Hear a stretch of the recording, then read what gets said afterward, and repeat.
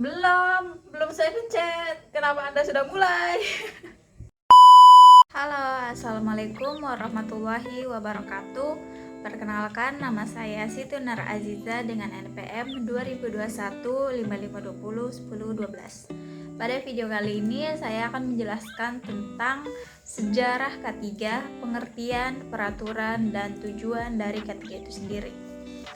Nah, sebelum kita mulai pada penjelasannya, saya mau cerita dulu bahwa kemarin saya membuka di Instagram ada peringatan tentang Hari K3 Sedunia, yang ternyata Hari K3 Sedunia itu jatuh pada tanggal 28 April. Nah, berarti udah lewat dong, ya kan?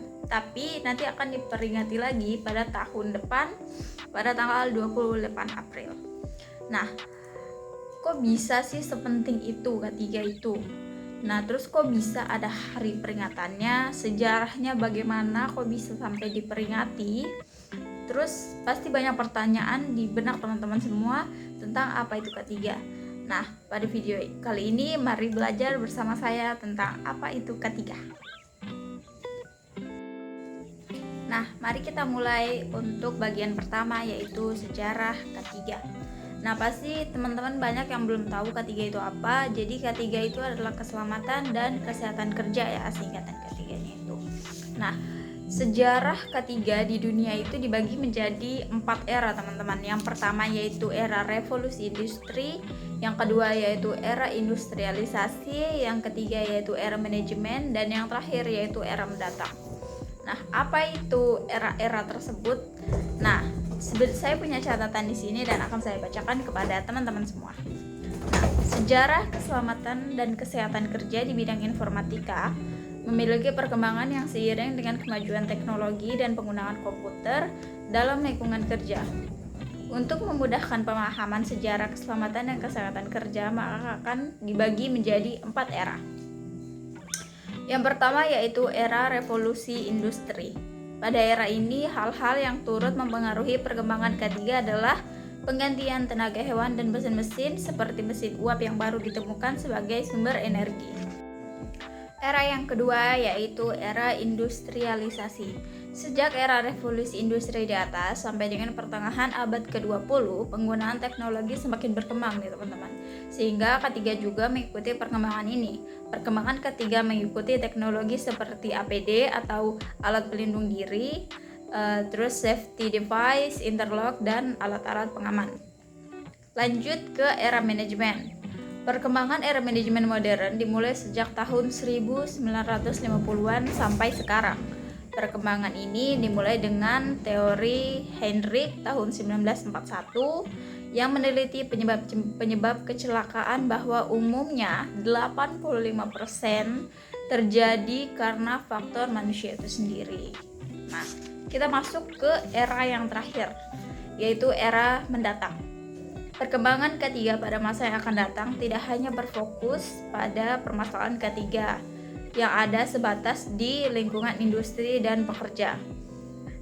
Perkembangan K3 mulai menyentuh aspek-aspek yang sifatnya publik atau untuk masyarakat yang lebih luas. Nah, sejarah perkembangan K3 di bidang informatika sendiri dibagi menjadi 6 era, teman-teman. Yang pertama yaitu awal mula, yang kedua yaitu kesadaran awal, yang ketiga yaitu standar keselamatan, yang keempat yaitu regulasi pemerintah, yang kelima yaitu perkembangan teknologi, dan yang keenam sekaligus yang terakhir yaitu kesadaran dan pelatihan.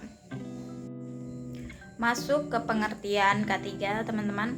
Sebenarnya ada banyak banget pengertian K3 menurut berbagai sumber. Tapi kali ini saya akan menjelaskan pengertian K3 menurut International Labour Organization atau ILO dan World Health Organization atau WHO pada tahun 1950. Menurut mereka, K3 adalah meningkatkan dan memelihara derajat tertinggi semua pekerja baik secara fisik, mental, dan kesejahteraan sosial di semua jenis pekerjaan. mencegah terjadinya gangguan kesehatan yang diakibatkan oleh pekerja, melindungi pekerja pada setiap pekerjaan dari resiko yang timbul dari faktor-faktor yang dapat mengganggu kesehatan pekerja, menempatkan dan memelihara pekerja di lingkungan kerja yang sesuai dengan kondisi fisiologis dan psikologi pekerja, dan untuk menciptakan kesesuaian antara pekerja dengan pekerja dan setiap orang dengan tugasnya. Seperti itu teman-teman. Kalau misalkan teman-teman pernah melihat lambang K3 nih, nah lambang K3 itu biasanya memiliki arti-arti tersendiri. Nah, saya akan menjelaskan tentang arti lambang-lambang dari K3. Lambang-lambang K3 itu dibagi menjadi 5 teman-teman. Yang pertama yaitu ada palang, yang artinya bebas dari kecelakaan dan penyakit akibat bekerja. Yang kedua yaitu roda gerigi, yang berarti bekerja dengan kesegaran jasmani dan rohani.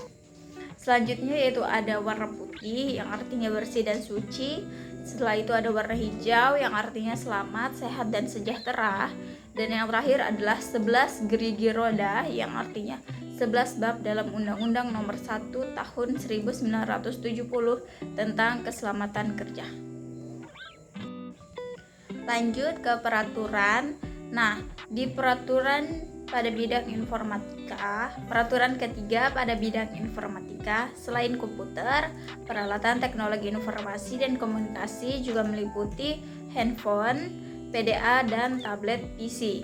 Dalam penggunaan semua perlengkapan itu diwajibkan memprioritaskan aspek kesehatan dan keselamatan kerja atau K3. Nah, secara umum perlu diketahui hubungan antar alat-alat teknologi informasi dan komunikasi dalam pemakaiannya. Misalkan radiasi HP yang dapat mengganggu alat navigasi pesawat, ataupun radiasi handphone yang biasa kita gunakan dapat mengganggu penglihatan mata kita.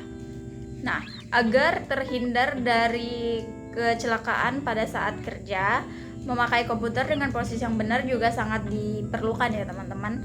Misalnya menjaga pandangan mata, letak pergelangan tangan, jemari tangan dan lengan, beristirahat minimal 15 menit sampai 1 jam.